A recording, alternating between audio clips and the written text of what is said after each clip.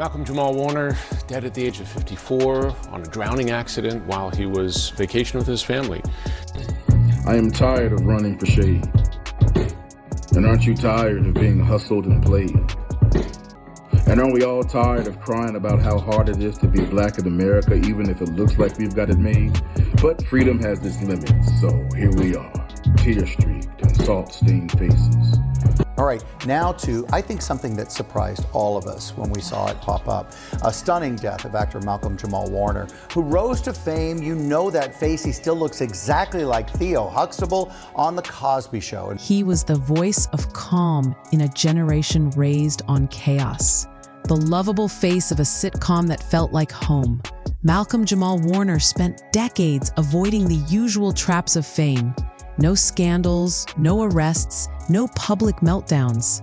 Just steady work, quiet growth, and a voice that carried wisdom. Can't find a reason to smile, then that's probably the best time to be the reason for somebody else to smile. But now he's gone. And what he left behind wasn't just a legacy, it was a warning.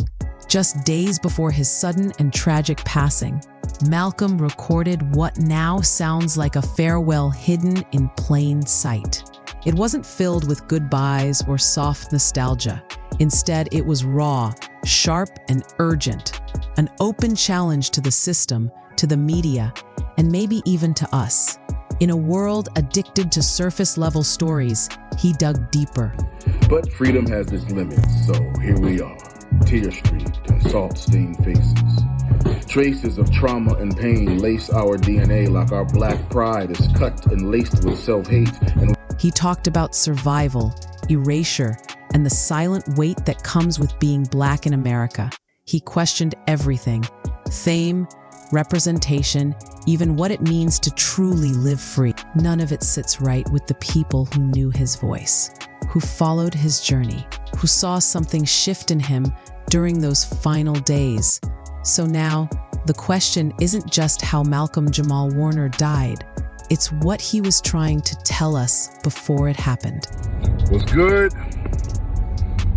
Yes, I got the flower in my hair. Today's my daughter's birthday. She put the flower there, so I'm rocking it. What? It's a beautiful day here in Atlanta. I just wanted to shout out and just spread some love and some good cheer. And, you know, life is out here lifing, right? For me. And why nobody listened. The news hit like a punch to the chest. Malcolm-Jamal Warner, dead at 54. The same face millions grew up watching on their living room TVs, now suddenly gone. According to official reports, he drowned while vacationing with family in Costa Rica.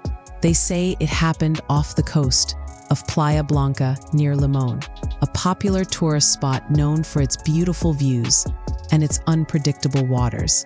At first, the story sounded like a tragic accident.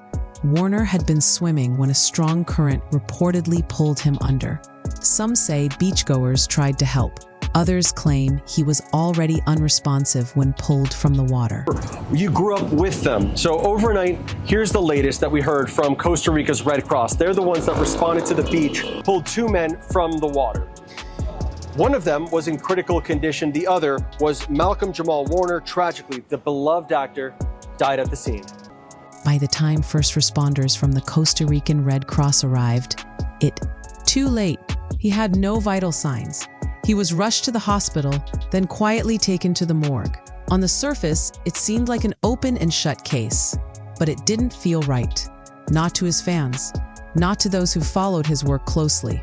This wasn't just another celebrity gone too soon. The timing was strange, the details were murky, and most unsettling of all was the fact that just 48 hours earlier, Warner had released a deeply emotional episode of his podcast, one that many now describe as a farewell message in disguise. He wasn't just enjoying a vacation, he was speaking out, challenging systems, questioning truths, and then, without warning, he vanished. Was it coincidence or something more? 2 days before his death, Malcolm-Jamal Warner hit record on what would become the final episode of his podcast, Not All Hood. At the time, no one knew it would be his last. But listening back now, it sounds like something else entirely. A farewell dressed up as reflection, a warning H. In poetic truth, the tone was different.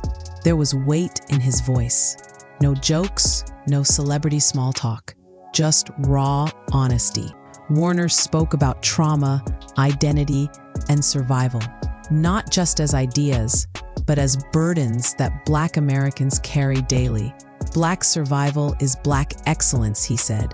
Not awards, not fame, just the act of still being here. He reflected on a powerful exchange with spoken word artist Tamika Georgia Harper. When he told her his show was called Not All Hood, she pushed back. "Ain't nothing wrong with the hood," she said. That one sentence sparked something deep in him, a realization that the world often reduces Black culture to pain, struggle, or crime, while erasing its brilliance and roots. Warner wasn't distancing himself from the hood.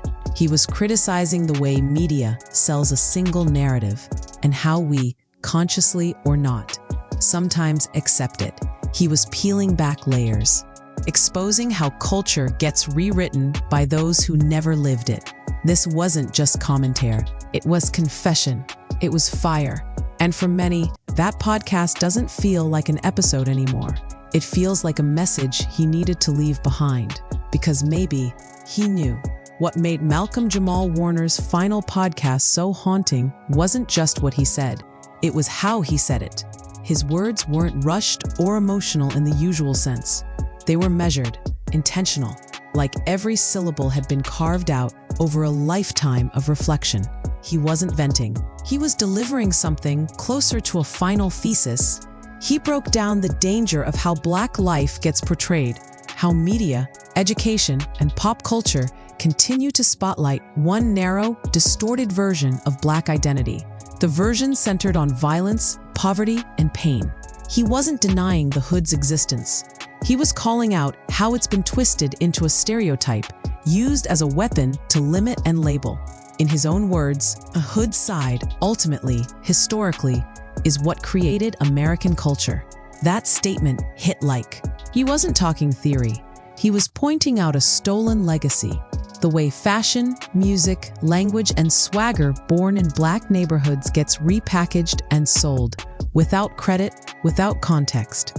He was exposing appropriation in real time. Even more telling, he questioned the phrase Black excellence. Once, he admitted, he viewed it as a term chained to fame and wealth. But after learning how Black soldiers were erased from national memory, even denied presence at Arlington, his definition changed. Black excellence, he said, is survival, just making it through. These weren't just poetic thoughts. They were warnings. Warnings about identity, legacy, and the quiet systems that erase both. And now, with Warner gone, they hit harder than ever. For most of America, Malcolm-Jamal Warner was frozen in time as Theo Huxtable, the lovable. No matter what else he did, people saw Theo. But Warner, he was never content to stay a character. Behind the scenes, he spent decades building something deeper. While the world remembered him as a sitcom son, he was quietly becoming something far more powerful, a truth teller. And that didn't happen by accident. Warner wanted to shed the skin of child stardom. He spoke openly about growing tired of being called Theo, even admitting it made him cringe. To him, it felt like a cage, one that boxed in everything he really had to say. He didn't follow the usual Hollywood script. While other child stars flamed out in the tabloids, Warner pivoted. He directed episodes of shows like Kenan and Kel, released Grammy-winning spoken word albums, and built a reputation as a thoughtful, creative force. He tackled serious topics: mass incarceration, cultural erasure, systemic racism, long before they became hashtags. It wasn't just rebranding. It was transformation. Warner had lived through fame, heartbreak, and the pressure of representation. And instead of folding under that weight, he used it. He crafted a voice not built on nostalgia, but on purpose. And in the end, it was that voice, not Theo, that made people stop and listen. For Malcolm-Jamal Warner, the role that made him famous was also the one that tied him forever to to a legacy that would later unravel. The Cosby Show wasn't just a TV sitcom. It was a cultural touchstone. And at the heart of it all was Bill Cosby, both on screen and off. Cosby didn't just give Warner his big break. He helped raise him, mentor him, mold him. That bond ran deep. So when the allegations against Cosby exploded into public view, when over 50 women came forward accusing him of assault, Warner found himself trapped in a storm he didn't create, but couldn't escape. Suddenly, the show that helped redefine Black families on television was being erased, pulled from syndication, and stained with scandal. And Warner, he was caught in the middle. Response wasn't loud.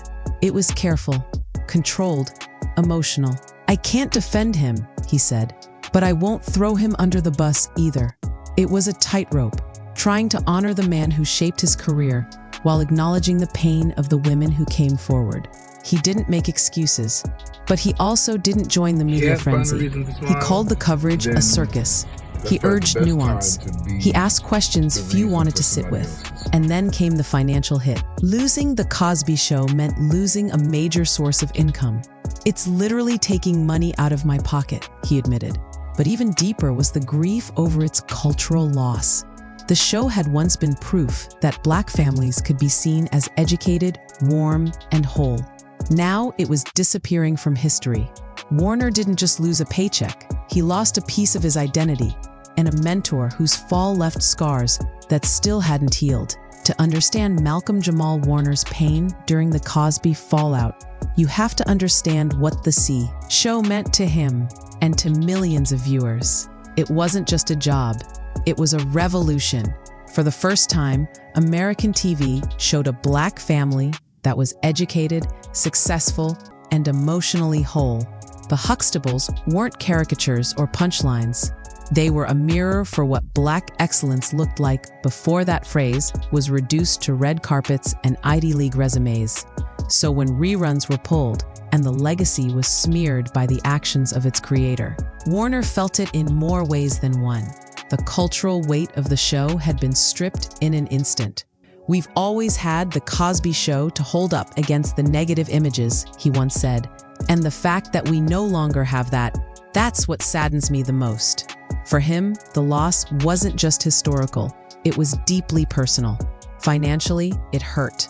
The syndication money stopped flowing, but emotionally, the damage was worse. To Warner, that show helped lift an entire generation's vision of what was possible. It was proof that Black stories could be joyful, complex, and widely loved. It took a conversation with his former co-star, Keisha Knight Pulliam, to shift his perspective. She reminded him that the show's impact had already happened, that millions of kids had gone to college, believed in themselves, and dreamed bigger because they grew up watching the Huxtables. That moment helped Warner begin to separate the art from the artist. The legacy, he realized, wasn't in reruns. It lived in the people who had watched and been changed by it. Behind Malcolm-Jamal Warner's composed public image was a man who knew profound loss, just not the kind that made headlines. One of his deepest wounds came from the death of Michelle Thomas, his former girlfriend and Cosby Show co-star. Though their romantic relationship had ended years earlier, they remained incredibly close. When she passed away from a rare cancer at just 30, Warner was by her side. Years later, he experienced a different kind of pain, his high-profile break. With actress Regina King, the media turned it into gossip. But for Warner, it was a turning point. The contrast between private grief and public spectacle forced him inward. After that, he made a choice: keep his personal life out of the spotlight. These weren't just failed relationships. They were defining emotional lessons. One taught him the depth of connection.